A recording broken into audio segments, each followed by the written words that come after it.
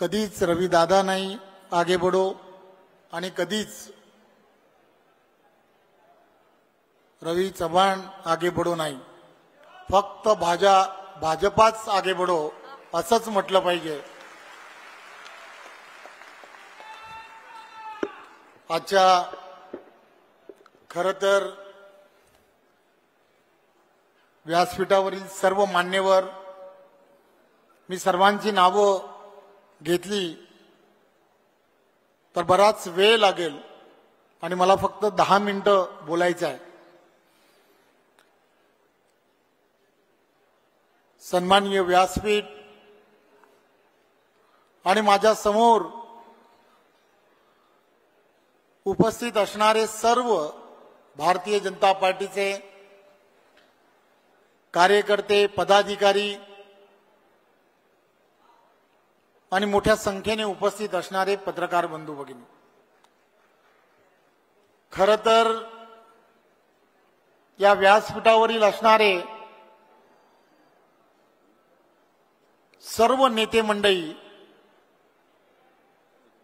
मग त्यामध्ये असणारे नितीनजी असतील, देवेंद्रजी असतील, विनोदजी असतील, मी प्रत्येकाबद्दल माझ्या जीवनामध्ये घडलेल्या अनेक विषय जर मी सांगत राहिलो, रावसाहेबांच्या भाषेमध्ये गोष्ट सांगत राहिलो, तर तुम्हाला मी खरं सांगतो की मला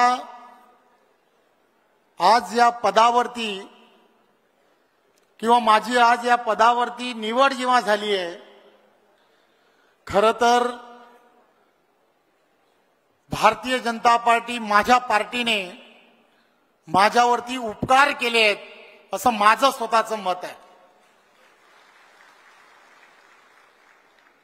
मी हे सांगतोय का सांगतोय, हे माझ्या बरोबर काम करणाऱ्या त्या वेळेच्या असंख्य कार्यकर्त्यांना याची जाण आहे. माझी ओळख ही भारतीय जनता पार्टी आहे. मी काय होतो आणि त्यावेळेचा काळ आणि आज एवढ्या मोठ्या पार्टीच्या प्रमुख पदावरती माझ्यासारख्या एका छोट्याशा 2002 साली